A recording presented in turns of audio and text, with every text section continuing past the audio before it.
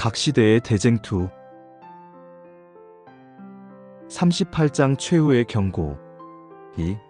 짐승의 표 이와 같이 자기 앞에 분명히 문제가 제시되었음에도 불구하고 사람이 정한 제도를 따르기 위하여 하나님의 율법을 범하는 자는 누구든지 짐승의 표를 받게 되고 그가 하나님 대신에 순종하기로 택한 그 세력에 충성하는 표를 받게 된다.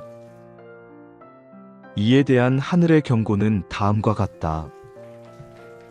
만일 누구든지 짐승과 그의 우상에게 경배하고 이마에나 손에 표를 받으면 그도 하나님의 진노의 포도주를 마시리니 그 진노의 잔에 섞인 것이 없이 부은 포도주라. 그러나 진리가 마음과 양심 속에 분명히 알려지기 전에는 아무도 하나님의 진노를 받지 않는다. 다만 진리를 분명히 알고 그것을 거절할 때 하나님의 진노가 부어진다. 이 시대를 위한 특별한 진리를 들을 기회를 갖지 못하는 사람들이 많이 있다. 넷째 계명에 대한 의무는 그들 앞에 진정한 빛으로 결코 제시되지 않았다. 모든 사람의 마음을 아시며 모든 동기를 헤아리시는 하나님께서는 진리의 지식을 갈망하는 사람들이 이 투쟁의 개쟁점에 관하여 기만당하도록 버려두지 않으실 것이다. 그 법령은 사람들에게 맹목적으로 강요되지는 않을 것이다. 각 사람은 현명한 결정을 하리만큼 충분한 빛을 갖게 될 것이다. 안식일은 충성의 큰 시금석이 될 것이다. 왜냐하면 안식일은 특별히 투쟁의 초점이 되는 진리가 되기 때문이다. 사람들에게 마지막 시련이 닥쳐올 때 하나님을 섬기는 사람들과 섬기지 아니하는 자들을 구별하는 선이 그어질 것이다.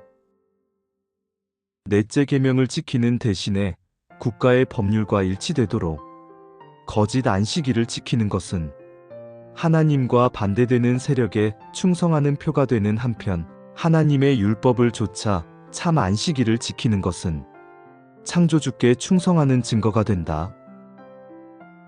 그리하여 한 계층의 사람들은 세상의 세력에 복종하는 인을 받음으로써 짐승의 표를 받는 반면에 다른 한 계층의 사람들은 하나님의 권위에 충성하는 표를 받는 길을 택함으로써 하나님의 인을 받게 된다.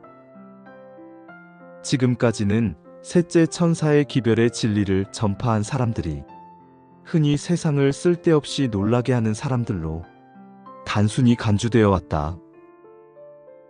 종교적 제한이 미국 안에서 이루어지고 하나님의 계명을 지키는 자들을 박해하기 위하여 교회와 국가가 연합하게 될 것이라는 예언은 아무 근거도 없고 불합리한 것으로 단정되어 왔다. 그리고 종교 자유의 옹호자였던 이 나라가 그 외에 다른 상태로 변할 수 없다고 단호하게 공언해왔다. 그러나 일요일 준수를 강요하는 문제가 광범위하게 거론되면 오랫동안 의심하고 믿지 않았던 그 사건이 가까워 옴을 알게 되고 따라서 셋째 천사의 기별은 일찍이 경험하지 못한 결과를 나타내게 될 것이다. 각 시대를 통하여 하나님께서는 당신의 종들을 보내어 세상과 교회 안에 있는 죄를 다 같이 책망하셨다. 그러나 사람들은 부드러운 말을 듣기를 원하고 순수하고 솔직한 진리는 받아들이지 않는다. 많은 개혁자들은 그들의 사업을 착수할 때 교회와 국가의 죄를 지적하는 일에 극히 신중한 태도를 취하고자 결심하였다. 그들은 순결한 그리스도인 생애의 모범을 통하여 사람들을 성경의 교훈으로 돌아오게 하고자 희망했다. 그러나 하나님의 영이 엘리야에게 나타나 그로 하여금 악한 왕과 반역한 백성들의 죄를 책망하게 하신 것처럼 그들도 그렇게 하게 하셨다. 그들은 성경의 솔직한 말씀, 곧 그들이 제시하기를 주저해왔던 교훈을 전하지 아니할 수 없었다. 그들은 진리와 사람들에게 다가오고 있는 위험에 대하여 열렬하게 말하지 않을 수 없었다. 그들은 결과를 두려워하지 않고 주님께서 주신 말씀을 말하였다. 그리하여 백성들은 그 경고를 들을 수밖에 없었다.